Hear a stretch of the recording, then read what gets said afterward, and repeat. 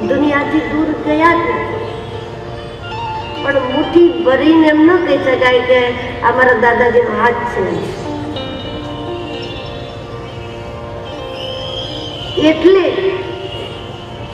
આપણે દુઃખી થાય કે હવે નથી, એ હવે નથી.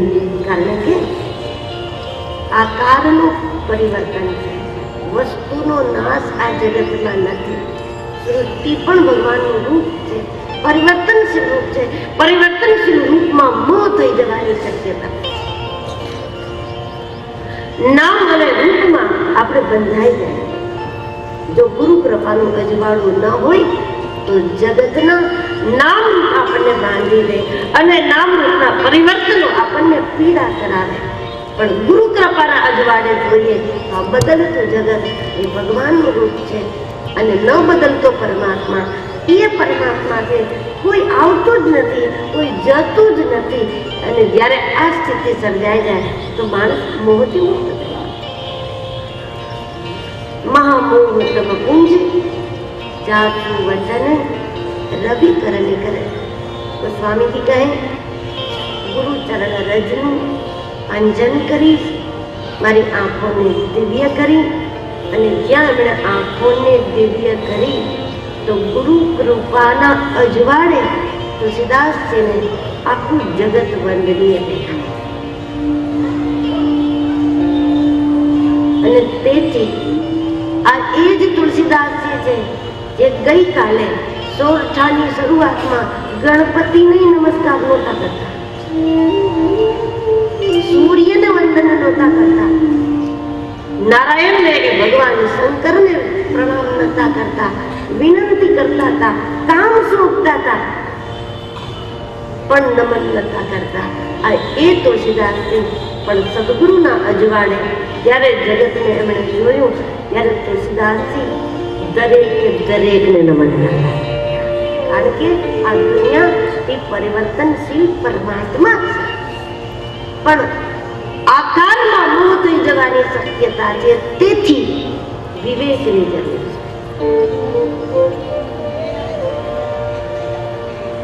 જગ ચેતન ગુણ દોષ મેં વિશ્વ કિન્ન ચિરકાર. અહીંયા સાચું છે, ખોટું છે, સારું છે, ખરાબ છે, પણ તત્વતઃ આ જગત આખું પરમાત્મા જ છે. એટલે એને વિવેકથી જોવું બહુ જરૂરી છે, જેથી મોહ ન બંધાય.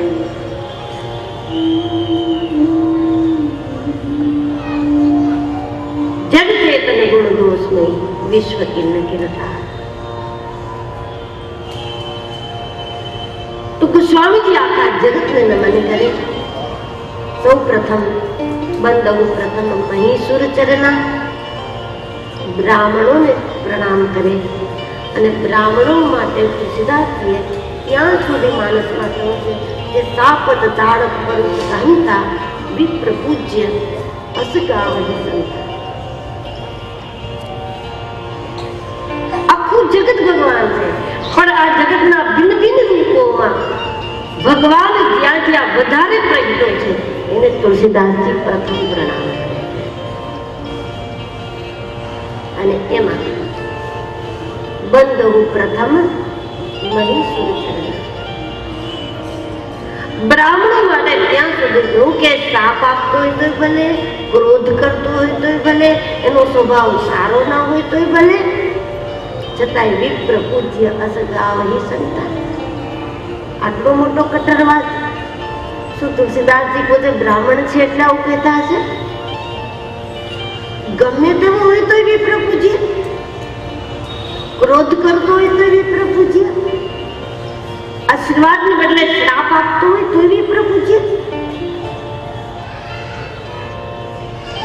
આ ભેદ નથી, આ કટ્ટરતા નથી, પણ ગમે તેવો હોય તો બ્રાહ્મણ વંદનીય કહેવાનું તુલસીદાસજીનું કારણ એ છે કે એ વેદ ભણતો હોય તેથી, એ વેદ ભણેલો હોય તેથી, એ વૈદિક કર્મ કરતો હોય તેથી, જેમ દેશની રક્ષા સૈનિકો કરે છે એમ વિશ્વની રક્ષા પ્રકૃતિ કરે છે. અને પ્રકૃતિની રક્ષા કોઈ કરતું હોય તો વૈદિક કર્મો દ્વારા આપણા બ્રાહ્મણ દેવતાઓ કરે. જો બ્રાહ્મણો વૈદિક કર્મ કરવાનું બંધ કરી દે, જો વિધિ વિધાન બંધ થઈ જાય, જો યજ્ઞો બંધ થઈ જાય, જો હવન હોમ બંધ થઈ જાય, તો પ્રકૃતિની રક્ષા કોણ કરશે? જો પ્રકૃતિની રક્ષા નહીં થાય તો પ્રકૃતિનું સંતુલન નહીં જળવાય અને પ્રકૃતિ સંતુલિત નહીં રહે તો જગત સુરક્ષિત નહીં રહે, અને જગત સુરક્ષિત નહીં રહે તો કોઈ સુરક્ષિત, ઇન્સાનિયત સુરક્ષિત નહીં. વૈદિક વિધાન માત્ર ને માત્ર પ્રકૃતિના સંતુલન માટે. હા, બાકી કોઈ એવું માનતા હોય કે અમુક વિધાન કરીને અમે સુખી થઈ જાય, અમુક વિધાન કરીને અમે અમુકને બરબાદ કરી દઈએ, અમુક વિધિ વિધાન કરીને અમે અમુકને પાડી દઈએ,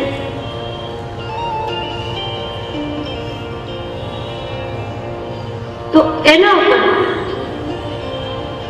પરમાત્મા પ્રસન્ન થાય. એના ઉપર પ્રકૃતિ બહુ નારાજ. આપણા પુરાણોમાં એવા પ્રકરણ છે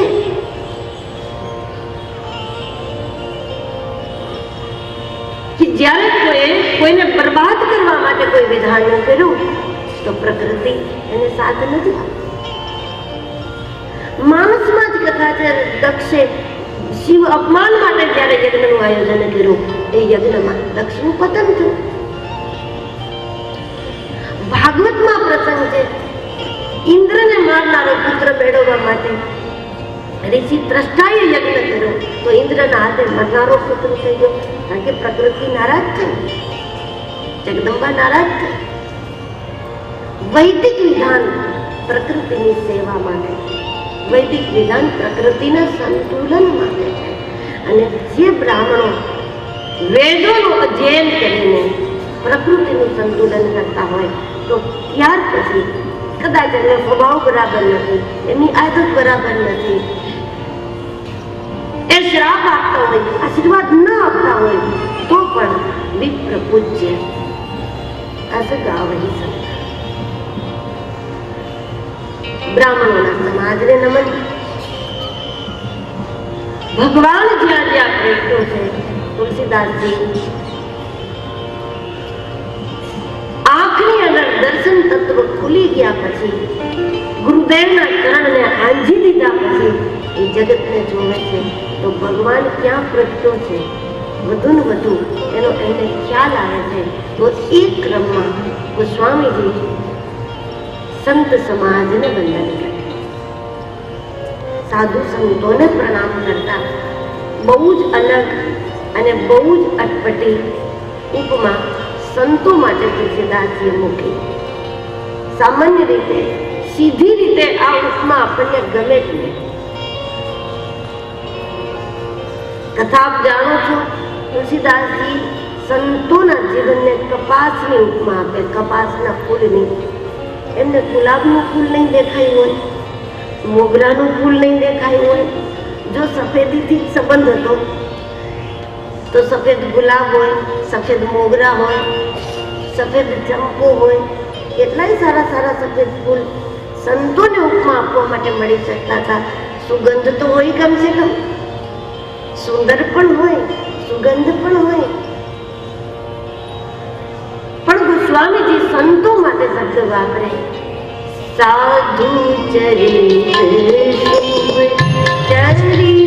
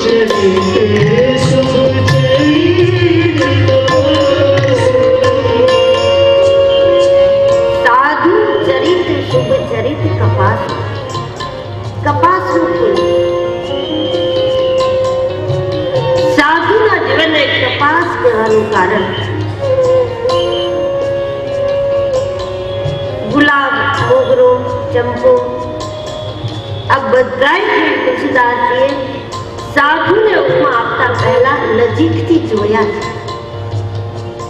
કે ગુલાબનું ફૂલ સુંદર દેખાય પણ એ આજ ખીલે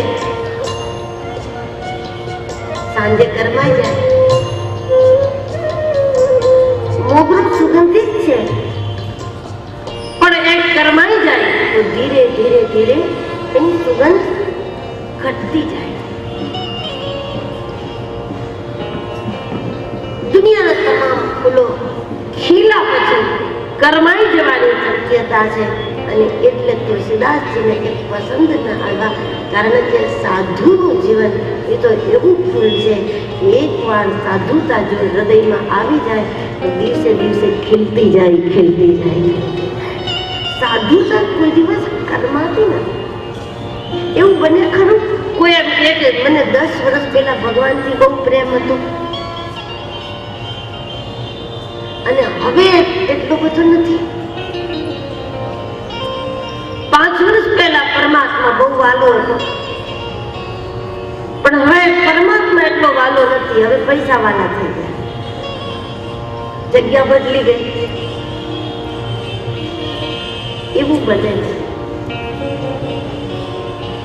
સાધુતા એવું ફૂલ છે એક વાર જો આવી જાય તો સાધુતા ખીલતી જાય, ખીલતી જાય, ખીલતી.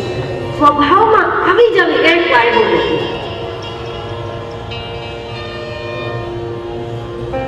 એક વાર સ્વભાવ સરળ બની જાય, એક વાર સ્વભાવમાં સાધુતા બેઠી, ભલે થોડી માત્રામાં આવી હોય પણ એક વાર થોડી એક ટીપું પણ સાધુતા માણસના સ્વભાવમાં આવી ગઈ તો પછી એ નક્કી છે દિન દિન બદલ સવાયો.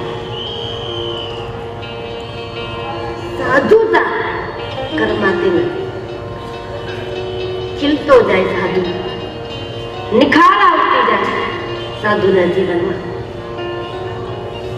પણ સાધુ પેલા અદ્ભુત હતો, પેલા ભજનાનંદી હતો, પેલા બહુ જ વૈરાગવાન હતો, ત્યાગવાન હતો, અલગારી હતો, અવધૂત હતો, અદ્ભુત હતો અને હવે બધું ઓછું થઈ ગયું. એવું શક્ય જ નથી. એક વાર અલગારી પડવું આવશે તો વધે જશે, એક વાર અવધૂતી ચેતના પોતાનામાં આવશે તો એ ખીલતી જશે, એક વાર પરમહંસ પડવું આવશે તો એ પરમહંસ પડવું વિકાસ પામતું જશે. એટલે ખીલા પછી કરમાવું એ સાધુતાનો સ્વભાવ નથી. અને એવું ફૂલ કપાસનું છે કે એકવાર પૂરી રીતે એમાં રૂ દેખાય એવું ખીલી જાય તો પછી કરમવાની વાત. કારણ કે એમાં તો સુકાઈ જવું એ જ એનું ખીલવું છે.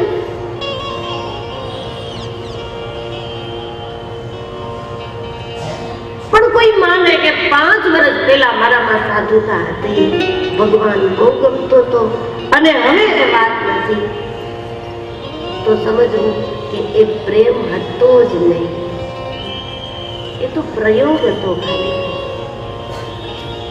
ખાલી પ્રયોગ હતો.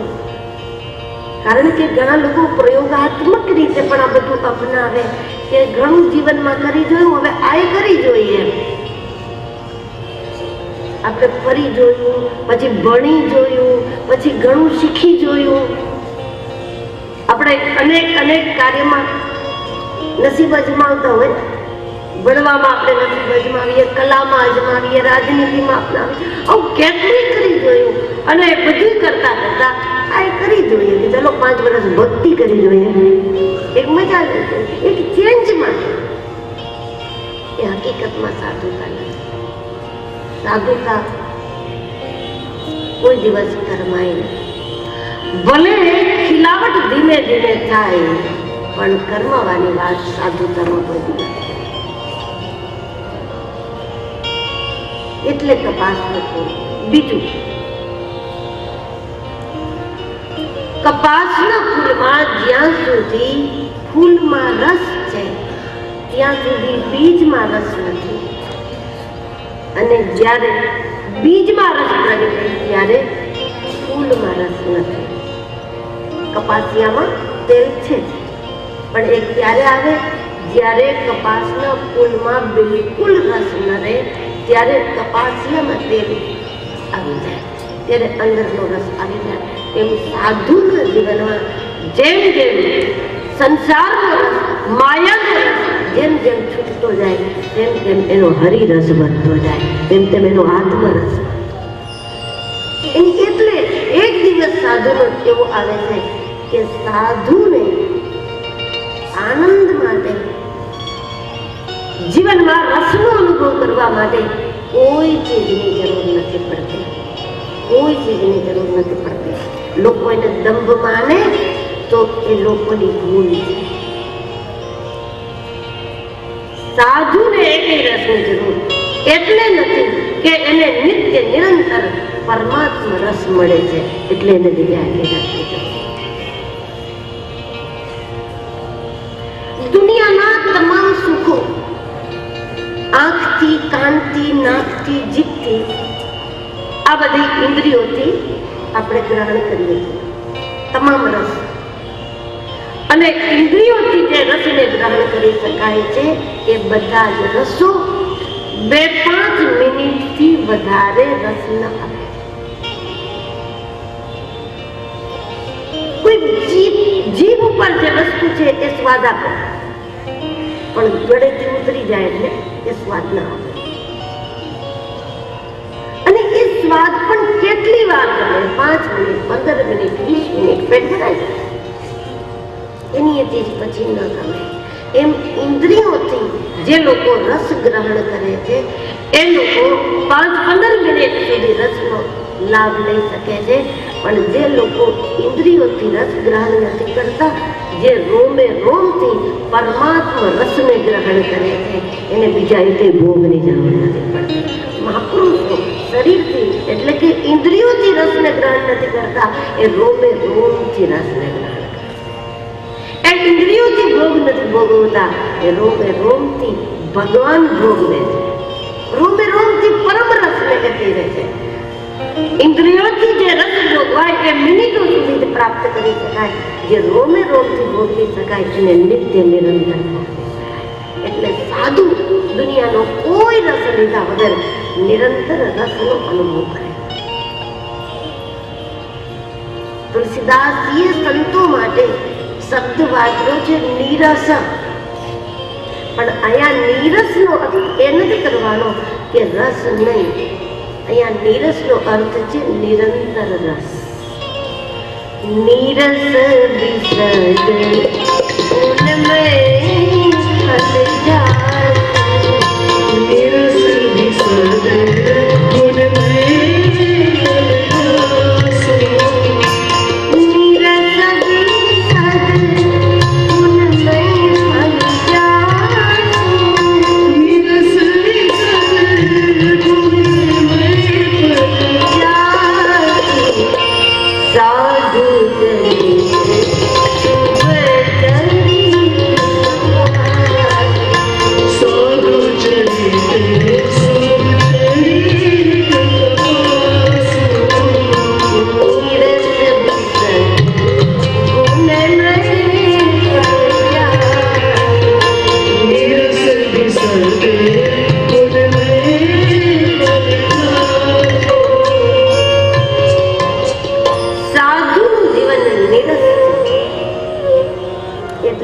નિરંતર રસમાં તરબોળ છે.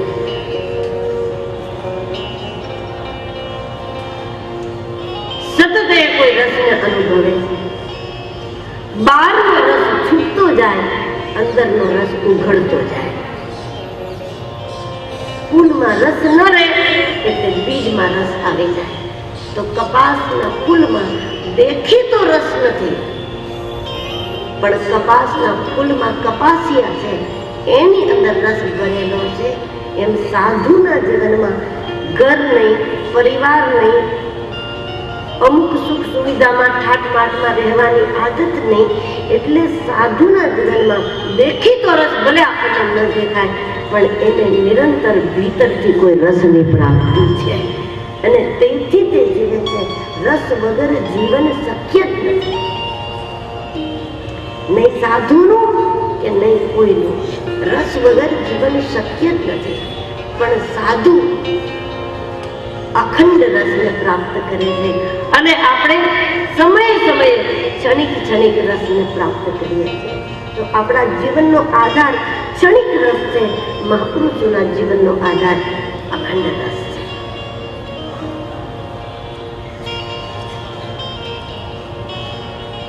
નિરસ વિસદ ગુણમય ફલતા.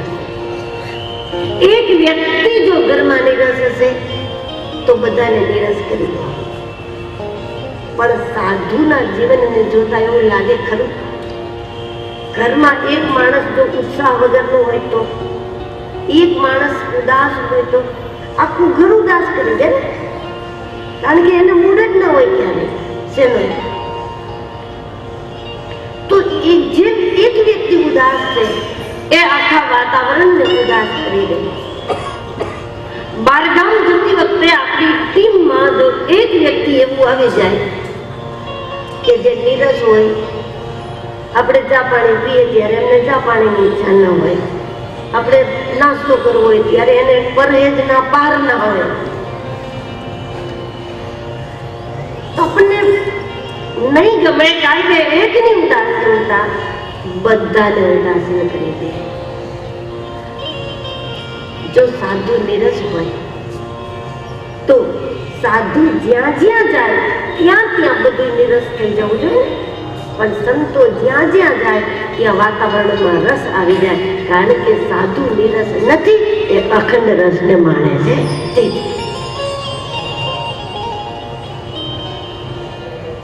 કપાસનું ફૂલ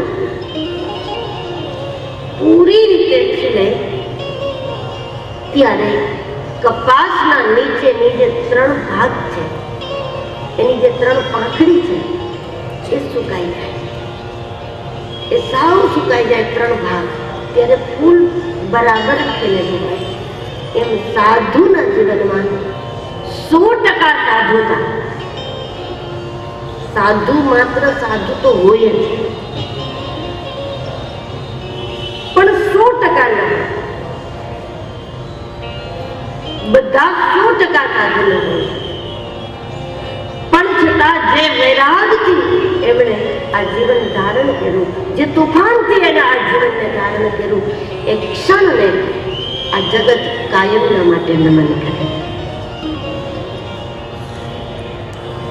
બધા સંતો ઘર બહાર છોડી દીધા પછી, નીકળી ગયા પછી બધા પહોંચી ન જતા હોય. કારણ કે બધા 100% સાધુ ન પણ હોય. એમ છતાં જગત માટે તો વંદનીય જ છે. સાધુ માત્ર જગત માટે વંદનીય છે. એનું કારણ કે એને જે સમયે, જે વાતાવરણમાં અને એમના હૃદયમાં જે ટાઈમે જે તોફાન હતું અને જે વિચારોએ એમને સંસારમાંથી સાધુતા તરફ મૂકી દીધા, એ ક્ષણને આ જીવન નમન કરે.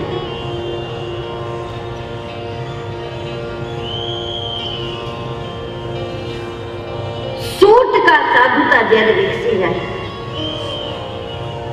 ત્યારે જેમ કપાસનું ફૂલ નીચેથી સુકાઈ જાય છે, એના 3 ભાગ સાવ સુકાઈ ગયા હોય, એમ સાધુતા જેને ખીલી જાય, એનામાં સત્વ ગુણ નહીં હોય, એનામાં રજો ગુણ નહીં હોય, એનામાં તમો ગુણ નહીં હોય, એના 3 પાંખડી સુકાઈ ગઈ હશે. એ ત્રિગુણાતીત હશે. એ 3થી બહાર હશે. તમોગુણી માણસ બીજાને એમ કહે કે તારું છે મારું, મારું છે તારું. તમોગુણી લોકો મારું એ મારું, તારું એ મારું. રજોગુણી માણસો એવું કહેતા હશે કે તારું એ બધું તારું, મારું એ બધું મારું. મારામાં તમારે નહીં જોવાનું, તમારા અમારે નહીં જોવાનું. સત્વગુણી માણસો એવું કહેતા હશે કે તમારું છે તો તમારું છે, પણ જરૂર પડે તો મારું છે એ તમારું છે. આપણે એમ કહે ને, પોતાનું માનજો, તમારું જ છે, જે જોઈ તો બોલજો, જે જરૂર પડે એમને કહેજો, પોતાનું માનજો. તો સત્વગુણી માણસો એમ કહે કે તારું એ તારું, પણ મારું છે એ પણ તારું. પણ જેની આ 3 પાંખડી સુકાઈ ગઈ છે એ શું કહે? એ કહે છે કે તારુંય નથી અને મારુંય નથી, આ જે કંઈ છે એ બધું એક માલિકનું છે, આ બધું એક પરમાત્માનું છે. અને પરમાત્માને રીઝવવા માટે અમારે આનો સદુપયોગ કરવાનો છે. એટલે સાધુ સંતો હજારો લોકોને જમાડે, હજારો લાખોની સેવા કરે. કેટલા બધા સંત મહાત્માઓ અહીંયા નિવાસ કરે, આટલા બધા લોકોની સેવા થાય, પણ ક્યારેય સ્થાનના મુખિયાને એવું નથી થતું કે અમે આટલા લોકોને ખવડાવીએ, અમે આટલા લોકોની સેવા કરીએ છીએ, અમે આટલા લોકોની મદદ કરીએ છીએ. ક્યારેય એવું ન થાય, કારણ કે એ ત્રિગુણાતીત છે. અને એટલે એને ખબર છે કે આ બધું એક પરમાત્માનું છે. અને અમારે ત્યાં આવી અને જે કોઈ ખાય છે એ અમારું નથી ખાતા, બધા પોતાના ખાતામાંથી જ ખાય છે.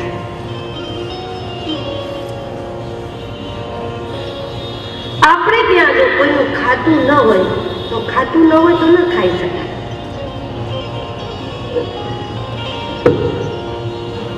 બેંકમાં આપણું ખાતું જ ન હોય અને આપણા ખાતામાં કઈ ન હોય તો આપણને કાંઈ મળે નહીં. ખાતું હોય તો જ એમાંથી ખાઈ શકાય.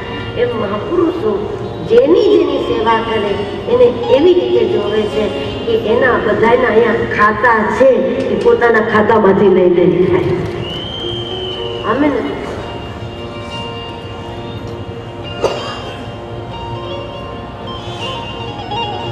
આ પરમાર્થની ભાવના ત્રણેય પંખડી સુકાઈ ગયા પછીની છે. તો આવી સાધુતા હોય ત્યાં તુલસીદાસજી કહીએ સ્વભાવમાં. આપણા ગ્રંથોમાં વેશનું ક્યાંય વર્ણન નથી. એનો અર્થ એ નથી કે વેશ ન માનો, વેશનો મહિમા છે, વેશ દર્શન છે, વેશને વંદન થવા જ જોઈએ, વેશનો આદર ચોક્કસ થવો જોઈએ. પણ વેશ શક્ય છે કે બનાવી શકાય. તેથી આપણે ત્યાં વેશનું વર્ણન નથી. સાધુતા ક્યાં બેસે? સાધુતા સ્વભાવમાં બેસે. ગોસ્વામીજી આ સ્વભાવને સાધુતા કહે છે. જો સહી દુઃખ પર ચીત દુરાવા, જો સહી દુઃખ પર ચીત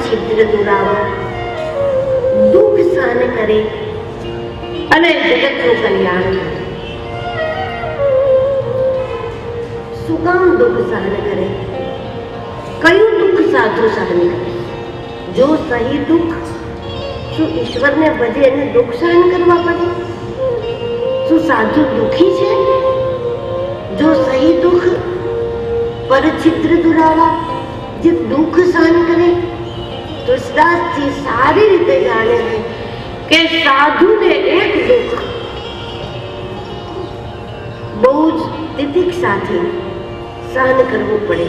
અને સાધુ એના માટે તૈયાર જ હોય.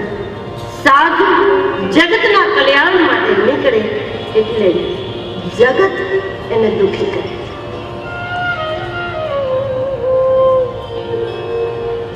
જગત એને અનેક રીતે જગત એને દુઃખી કરે છે. શું કામ કરે?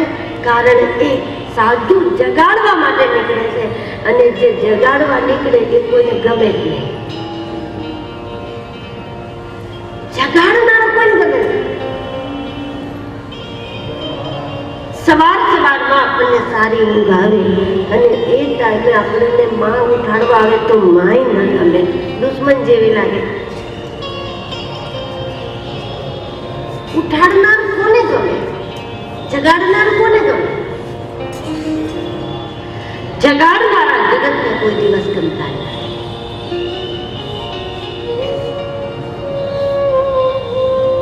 અને માણસનો મોટો રોગ એ છે કે ઉઠવાના ટાઈમે ઊંઘ આવે. આ તકલીફ જેને જેને હોય એ બધાએ આજથી અને અત્યારથી કોર્સ ચાલુ કરી દેવો. અત્યારથી સાવધાન થઈ જાવ. અત્યારથી જીવનમાં ખૂબ સારા સંયમ નિયમને ધારણ કરી લેવા. જેને ઉઠવાના સમયે ઊંઘ આવતી હોય એને ચોક્કસ સમજી લેવું કે એને મરવાના ટાઈમે મોહ જાગવાનો એ વાત નક્કી. મોહની સાસબ સોવનિહારા દેખની સપન અનેક પ્રકાર. એવા લોકોએ સદગુરુના સૂત્રોનો આશ્રય લઈ લેવો જોઈએ અને રોજ જીવને જગાડનારા જે ગુરુના વચનો હોય એનું પારાયણ કરવું. જીવને જગાડનારા ગુરુના જે મહાવાક્ય હોય એને વારંવાર એમને વાંચવા, વારંવાર વિચારવા, એના ઉપર ચિંતન કરવું. કારણ કે એના માટે મોટો ખતરો છે. જેને ઉઠવાના સમયે ઊંઘ આવતી હોય એને મૃત્યુ સમયે મોહ જાગવાની પૂરી શક્યતા છે.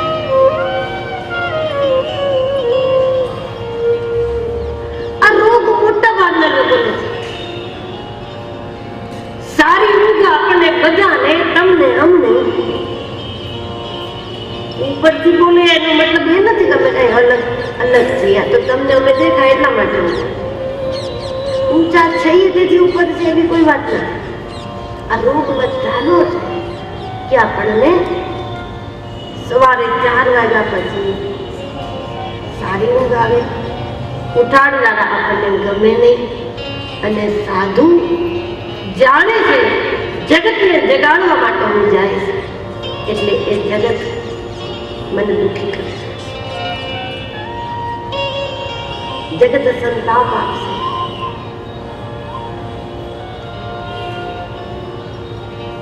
છતાં જગતની જ લાતો ખાય ને, જગતનો જ પ્રહાર સહન કરે ને સાધુ જગતનું કલ્યાણ કરે એટલી હદે બીજું કોઈ કરી શકે. સંસાર છોડી દીધા પછી સંસારનું કલ્યાણ કરવા માટે સાધુ. તો સંસારમાં રહી અને સંસારનું કલ્યાણ વધારે ન થાય? ના, ન થાય. સંસારમાં રહી અને સંસારનું કલ્યાણ વધારે ન કરી શકાય. સંસારથી નીકળી અને સંસારનું કલ્યાણ વધારે પ્રમાણમાં થઈ શકે છે. કારણ કે ઘરની અંદરથી ખબર નથી પડતી કે ઘર કેવું છે. ઘરની બહાર નીકળ્યા પછી જ ખબર પડે કે ઘરનું એલિવેશન કેવું છે. એ સંસારથી નીકળી ગયેલાને ખબર પડે કે આ સંસાર કેટલો સારો છે, કેટલો ખરાબ છે અને કેટલી સુધારવાની છે.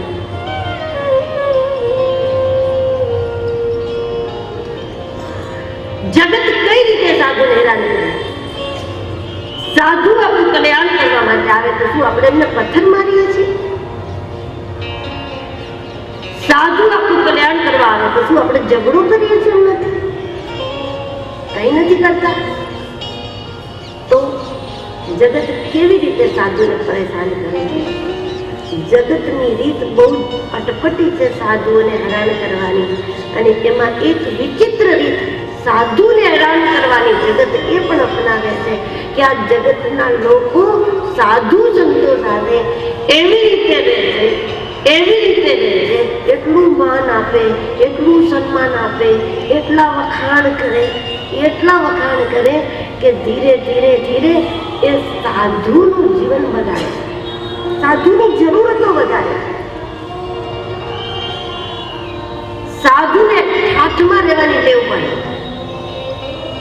ઘણા લોકો સંતોને એમ કહે હવે તો તમારે આમ રહેવું જોઈએ, તમારે આમ જ રહેવું જોઈએ, તમારું આટલું મોટું નામ છે એટલે તમારે અમુક સગવડમાં રહેવું જોઈએ, તમારી આગળ 2-5 ગાડી ચાલવી જોઈએ, પાછળ 2-5 ગાડી ચાલવી જોઈએ, એમ તમે હોવા જોઈએ, તમારી આજુબાજુમાં આટલા માણસો હોવા જોઈએ, એમ તમે હોવા જોઈએ. જો પૂરી ગુરુ કૃપા હોય તો સાધુ સાવધાન હોય અને એને જવાબ આપે કે આગળ 2-5 ગાડી, પાછળ 2-5 ગાડી, એ તો પોલીસ ગુનેગારને લઈ જાય ને એમાંય હોય. અમે કઈ ગુનેગાર નથી કે ઘેરામાં રહીએ. ઘેરામાં રહેવું ગુનેગારનું કામ છે, અથવા ઘેરામાં રહેવું એ ડરપોક માણસનું કામ છે. ઘેરામાં રહેવું એ પોતાને અસુરક્ષિત માનતો માણસ છે. જ્યાં સુધી એને આજુબાજુમાં 50 આમ ગોઠવાઈ ન જાય ત્યાં સુધી એ પોતાને અસુરક્ષિત માની શકાય, અથવા તો પોતાના અસ્તિત્વ ઉપર ખતરો જણાતો હોય તો માણસ એ રીતે જીવતો હોય. અથવા પોતે ગુનેગાર છે તો ગુનેગારને એકલો મુકાય નહીં, ગુનેગારને નજરમાં રાખવો જોઈએ. બહુ જ અટપટી રીત છે સમાજની સાધુને હેરાન કરવાની.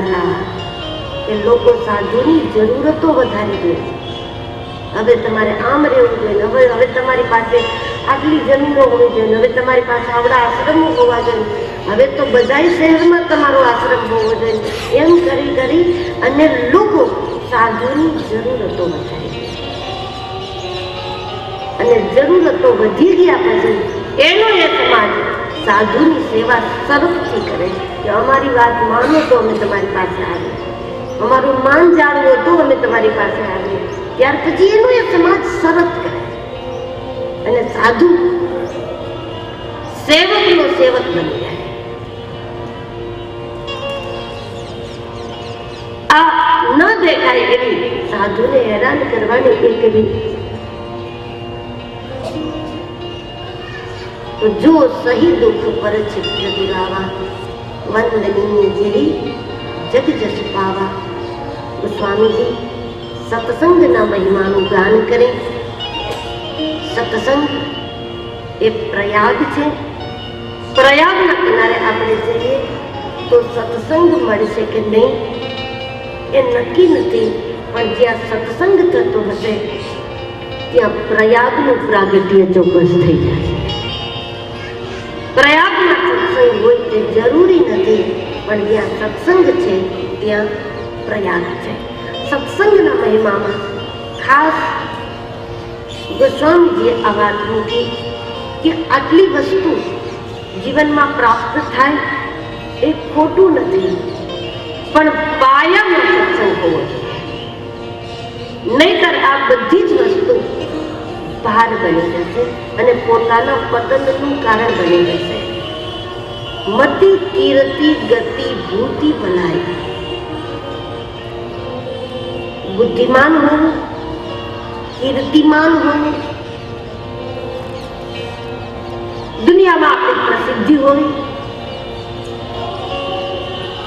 આપણી પાસે પાર વગરની સંપત્તિ હોવી, ઐશ્વર્ય હોવું, સમાજમાં આપણો પ્રભાવ હોવો, આ બધી જ ચીજો નુકસાનકારક નથી, પણ જે લોકોના જીવનમાં સત્સંગ નથી એ લોકોને આ તમામ ચીજો એના પતનનું કારણ બને, એના નાશનું કારણ, એની ઉપલબ્ધિઓ. ભૂકંપમાં માણસ મરે તો કેવી રીતે મરે? પોતાની બિલ્ડિંગ પોતાના ઉપર આવે, પોતાનું ઘર પોતાના ઉપર પડે, એમાં માણસ દબાઈ જાય, એમાં એનો નાશ થાય. એમ બુદ્ધિમાન હોવું, ધનવાન હોવું, વિદ્વાન હોવું, કીર્તિમાન હોવું, અને આ દુનિયા ઉપર આપણો ખૂબ પ્રભાવ હોવો, આ બધી જ વસ્તુ ઉત્તમ છે તુલસીદાસજી કહે.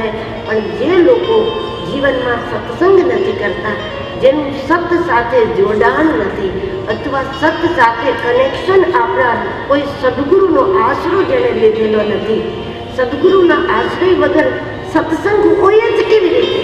સત સાથે કનેક્શન જ કોણ કરાવી દે? અને સત સાથે જો આપણું જોડાણ નથી તો આ બધી જ વસ્તુઓ આપણા માટે ઘાતક સાબિત થશે. તો બુદ્ધિમાન માણસ બુદ્ધિથી બીજાને છેતરવાના કામ કરશે. પ્રભાવવાળો માણસ પોતાના પ્રભાવથી બીજાને ધમકાવવાનું કામ કરશે. ધનવાન માણસ પોતાના પૈસાથી કોઈને તાબે કરવાની કોશિશ કરશે. પ્રસિદ્ધ માણસ પોતે કીર્તિવાન બની ગયા પછી પોતાની પ્રસિદ્ધિનો ઉપયોગ બીજાને બદનામ કરવામાં કરશે. ઘણીવાર પ્રસિદ્ધ માણસ એને આખી દુનિયા જાણે છે, એનો એક શબ્દ આખી દુનિયા સાંભળતી હોય, તો એવા સમયે એ પોતાના શબ્દોનો પ્રયોગ કોઈને બદનામ કરવા માટે, તો પ્રસિદ્ધ માણસ કોઈ બદનામ કરવામાં પ્રસિદ્ધિ વાપરે, કારણ કે એના પાયામાં સત નથી, એના પાયામાં સત્સંગ નથી, અને સત સાથે જોડાણ આપનાર એના જીવનમાં કોઈ સત નથી.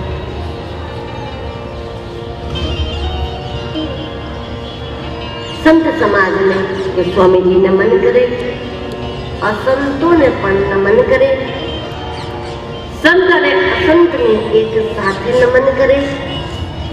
બંધુ સંત અસજ્જન ચરણા, દુઃખપ્રદ ઉભય બીજ કછુ પરના.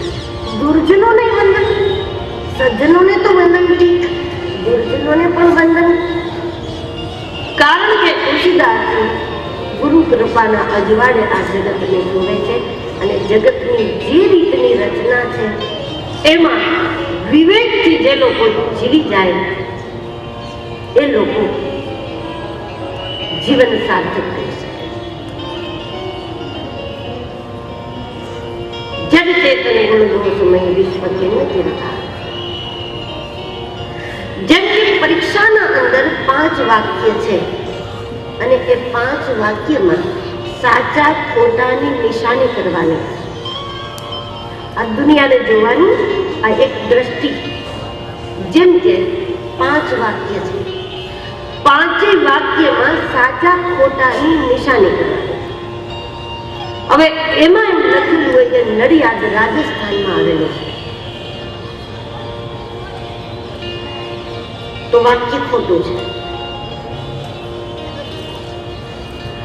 પણ એક વાક્યને ખોટું જોઈએ અને એમ માની લો કે આ લોકોને ખુદને ખબર નથી નડિયાદ ક્યાં છે, એમ માનીને બધામાં ચોકડી મારી દઈએ તો આપણે નાપાસ થઈએ. હવે એવું પણ ન કહેવાય કે આ છાપનાર આપણા કરતા મોટા છે, એમાં ચોકડી લગાવાય જ નહીં આપણાથી, એમ કરીને બધામાં સાચાની નિશાની કરી દેશો તો એ ફેલ થશે. કારણ કે આ પરીક્ષા છે, અને જેમ જેમ પરીક્ષા આપતા જાય તેમ તેમ સ્ટાન્ડર્ડ આપણું ઊંચું થતું જાય. એમ આ જગત જડ ચેતનમય છે. આ જગતમાં સારું છે, આ જગતમાં ખરાબ પણ છે, પણ હકીકતમાં આપણી વિવેકની પરીક્ષા માટે છે. તો માણસે શું કરવાનું? જે સાચું લાગે એને ગ્રહણ કરી લેવું, અને જે ખોટું લાગે એનાથી દ્રષ્ટિ હટાવી દેવી. એનાથી નફરત નહીં, એનાથી વેર નહીં, એનાથી વિરોધ નહીં, તો સ્ટાન્ડર્ડ બનતું જાય. આ જગતના દ્રશ્યોથી જ કક્ષા બને. એટલે દુર્જનોને પણ નમન. દેવ દનુજ નર નાગ ખગ પ્રેત પિતર ગંધર્વ. દેવને વંદન, દનુજને વંદન, દાનવોને વંદન. દાનવોને વંદન એટલે રાવણને નહીં પણ વિભીષણને, હિરણ્યકશિપુને નહીં પણ પ્રહલાદજીને. નર નાગ ખગ પ્રેત પિતર ગંધર્વ. પ્રેતને વંદન, પણ અહીંયા પ્રેતનો મતલબ એ નથી જે આપણે માનીએ છીએ કે કોઈ ભૂત પ્રેત થાય એવા પ્રેતને વંદન. પણ અહીંયા પ્રેતને વંદન તુલસીદાસજી કરે એ કોઈ બીજું પ્રેત નથી. કોઈ શરીર છૂટી જાય ને ભૂત પ્રેત બનતું હોય કે નહીં ખબર નહીં, પણ એવા કોઈ પ્રેતની વાત નથી. તુલસીદાસજી એવા પ્રેતને નમન કરે છે જે પ્રેત ભગવાન શંકરની જાનમાં જોડાયેલા પ્રેત હતા, એવા પ્રેતને એટલે કે સિદ્ધોને વંદન. સિદ્ધોની ગતિ આપણે સમજી ન શકીએ અને સિદ્ધોની સ્થિતિ અને ગતિ સમજી ન શકાય ત્યારે જગતને એવું લાગે કે આ ભૂત પ્રેત જેવા છે, આ ગમે તે છે. સિદ્ધો ભૂત પ્રેત જેવા છે, એ કઈ પણ કારણ કે સિદ્ધોની દુનિયામાં એવી ખુલી છે. 5 માણસ એમના પાસેથી હટી જાય એટલે 25 આવી જાય. કોઈ પણ સિદ્ધ મહાપુરુષ સાથે આ વ્યવહાર કરાય નહીં, પણ ભૂલથી પણ જેને કર્યો છે એ ખબર.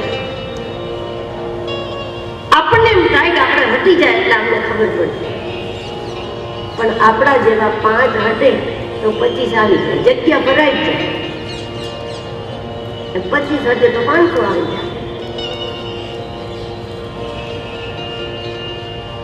અને ન સમજનારા અબુધ માણસો એમ કહે કે એમને ભૂત પ્રેતની સાધના છે,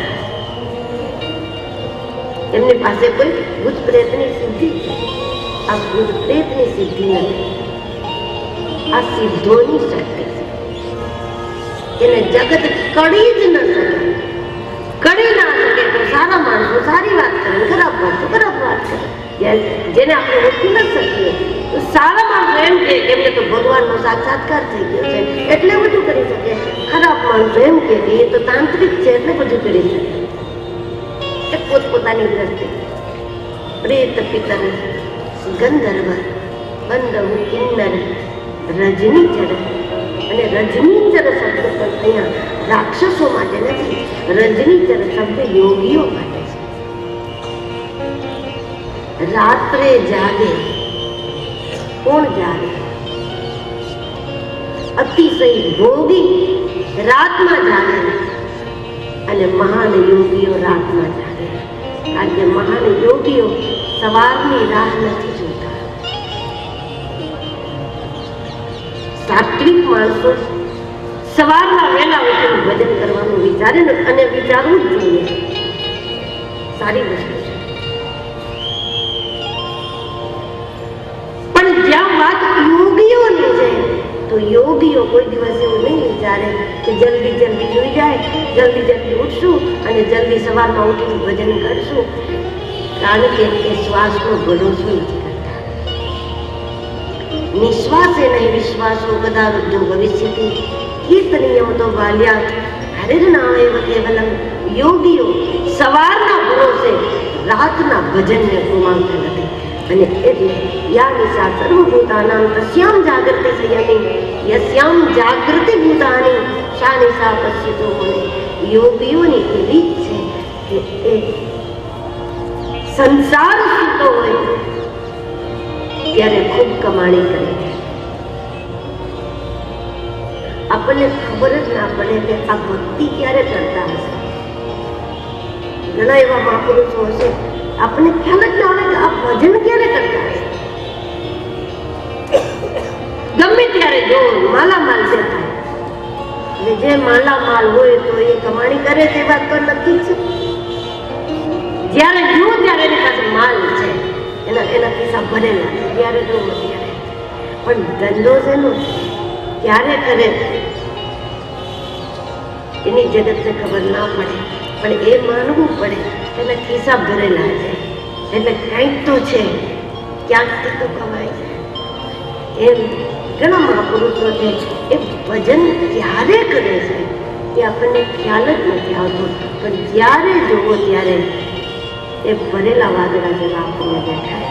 કારણ કે કમાણી કરી લે છે યોગીઓની આદત. તો રજનીચર શબ્દ રાક્ષસો માટે નથી, પણ બંધવ કિન્નર રજનીચર कृपा करो अवसर पर रजनी चर शब्द છે યોગીઓ માટે જે રાત્રે જાગે છે, અથવા એમ માની લો યોગીઓ એવા છે કે જગતના લોકોને અંધારામાં રાખીને ભક્તિ કરી દે, દિવસે કરે, ચલો દિવસે ભજન કરે પણ કોઈને ખ્યાલ ના આવે એવી રીતે સંસારને અંધારામાં રાખીને ભજન કરીએ તો જ ભરપૂર ભજન થાય. જે અંધારામાં રાખીને કરીએ, કોઈને ખબર ના પડે એવી રીતે કરીએ, કદમ કદમ પર કરીએ, શ્વાસ શ્વાસ પર કરીએ, એમ દુનિયાને અંધારામાં રાખીને ભજન કરે એ લોકો ભરપૂર કમાણી કરે. એમના માટે શબ્દ છે માનસમાં રજની. દરેકને ગોસ્વામીજી નમન કરે, પણ શું માનીને ગુરુના અજવાળે જગતને જોવે છે. તેથી સિયા રામ સબ જગ જાની, સિયા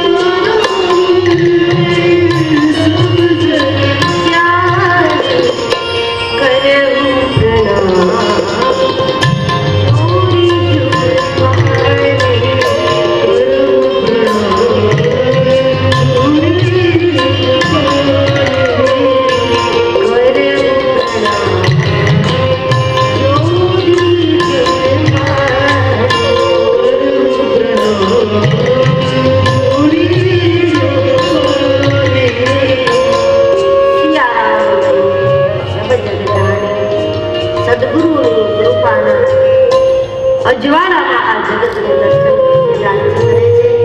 આંખોમાં ગુરુદેવના ચરણોનું ભજન કરી દર્શન તત્વ ખુલી ગયા પછી આ જગતને જોવે છે.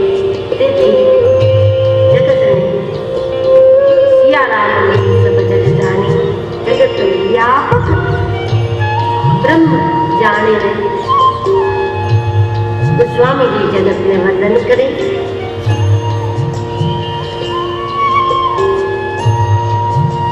વ્યાસજીને, વાલ્મીકીજીને, ગંગાને, સરસ્વતીને, આ બધાને વંદન કરવાનું કારણ શું? એક એકને નમન કરવાનો હેતુ તુલસીદાસજીને જ પૂછવામાં આવ્યો કે એક એકને યાદ કરી કરી અને આ બધાને તમે પગે લાગો છો, એનું કારણ શું છે? એકને પગે લાગી લે તો આટલું મોટું વંદન પ્રકરણ ઊભું કરવા પાછળનો તમારો હેતુ શું? તુલસીદાસજીએ કહ્યું કે હેતુ એ છે કે જેનું કલ્યાણ તમારે કરવું હોય, જે દુનિયાનું તમારે ભલું કરવું હોય, એ દુનિયાના આશીર્વાદો ન મળે તો એના વગર તમે એ દુનિયાનું ભલું ના કરી શકો.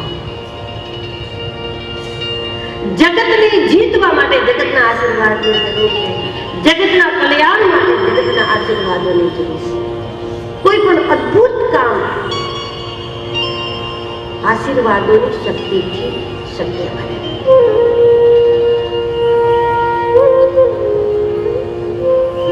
સિયારામની સબ જગ જાણી. અયોધ્યામાં જઈ ગોસ્વામીજી અવધને વંદન કરે, સરયુ મૈયાને વંદન કરે, અયોધ્યાના નર નારીઓને નમન કરે, માં કૌશલ્યાજીને વંદન કરે, મહારાજ દશરથજીને વંદન કરે. દશરથજીને વંદન કરતી વખતે કહ્યું કે એમનું સત્ય પ્રેમ છે રામ માટે. તો મહારાજના ચરણમાં તુલસીદાસજી વિનંતી કરે છે, કરમ કૃપા સુત સેવક જાણી. આપ મારા ઉપર સુત સેવક જાણીને કૃપા કરો.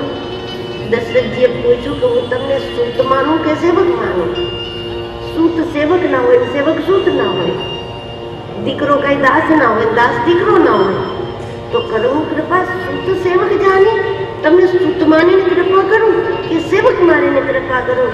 તુલસીદાસજીએ કહ્યું કે હું એમ કહું છું કે તમારો દીકરો છે ને રામ, એનો સેવક માનીને મારા ઉપર કૃપા કરો, તમારા સૂતનો સેવક માનીને મારા ઉપર કૃપા કરો. ત્યારે હું કૃપા સૂત સેવક પરિવાર સહિત મહારાજ જનકજીના ચરણમાં નમન. અટપટી રીતે આ પાત્ર પરિચય છે. કોઈ પણ પુસ્તકની શરૂઆતમાં પાત્રોનો પરિચય હોય કે આ ગ્રંથમાં આટલા નામો આવવાના છે. આ પાત્ર પરિચય વંદના પ્રકરણના બહાને ગોસ્વામીજીએ પાત્ર પરિચય મૂક્યો. શ્રી ભરતજીના ચરણે નમન, લક્ષ્મણજીના ચરણે નમન, શત્રુઘ્નજીના ચરણે નમન, સુગ્રીવ જામવંતજી વગેરે રીચ વાનરોના ચરણે વંદન, મહાવીર બિલવ હનુમાના, રામ જાત જસ પાપ વખાના. અહીંયા જ સીતા અને રામને વંદન કરતા પહેલા હનુમાનજીને મૂકી અને હનુમાનજીને દ્વાર તરીકે મૂક્યા છે. રામ દ્વારે તુમ રખવારે એનો સંકેત છે. શું કામ હનુમાનજી દ્વાર ઉપર છે? રામજીના મહેલમાં કોઈ અંદર જવાની શક્યતા છે? કોઈ પ્રવેશી જવાની શક્યતા છે? દ્વાર ઉપર હનુમાનજી શું કામ?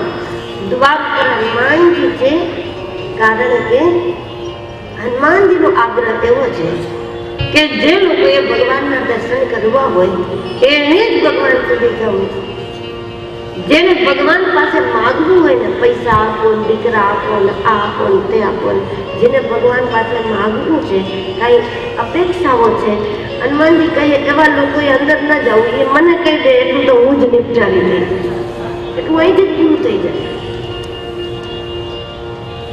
એટલો પાવર મારી પાસે છે, એટલી સત્તા મને જ રામજી આપી છે કે જેને કઈ જોઈતું હોય ને આપી દે. જેને રામ જોઈતો હોય એ જ રામના મહેલમાં પ્રવેશ કરે. બાકી જેને કઈ પ્રાપ્તિઓ કરવી છે, જેને સિદ્ધિઓ જોઈએ છે, જેને સુખ જોઈએ છે, જેને દુઃખ દૂર કરવા છે, હનુમાનજી કહે એ લોકોએ રામજી પાસે જવું નહીં, એ લોકોએ ભગવાનના વિશ્રામમાં કઈ વિક્ષેપ કરવો નહીં. હનુમાનજી એટલે દરવાજે ઉભા છે કે બધા મને કહી દે અહીંથી પૂરું થઈ જાય. પ્રણવ પવન કુમાર અલબન પાપ જ્ઞાન બન જાગવી હૃદય આગાર બસી રામ સરદાર. હનુમાનજી રાજ પણ આપી શકે છે, હનુમાનજી રામ પણ આપી શકે. રામ મિલાય રાજ બદ દિન હાથ. શ્રી સીતાજીના ચરણે નમન, શ્રી રામજીના ચરણે નમન. એક સાથે સીતારામને નમન કરી ખૂબ વિસ્તારપૂર્વક ભગવાનના નામને તુલસીદાસજીએ વંદન કર્યા છે.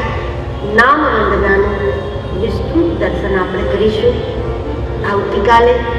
આજે વિદ્યાર્થીઓનો અહીંયા એક વાર્ષિક ઉત્સવ છે, એના કારણે થોડો વેલો વિરામ આપવું કથાનો એવી મારા શ્રીની ભાવના છે. તો નામ વંદનાનું વિસ્તૃત દર્શન આપણે કરીશું આવતીકાલે. ગુરુદેવ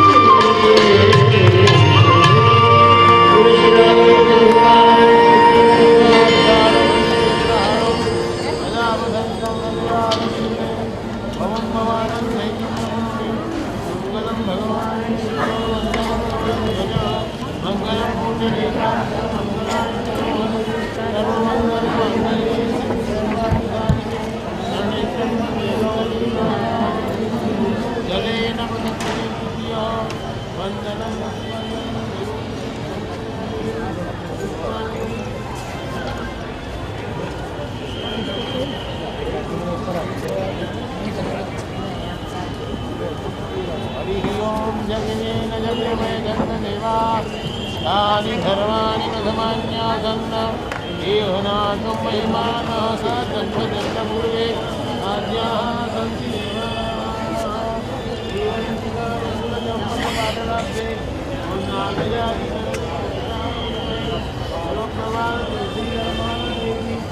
पूजयामि जगदीश्वरं प्रसीद पुष्पं समर्पयामि।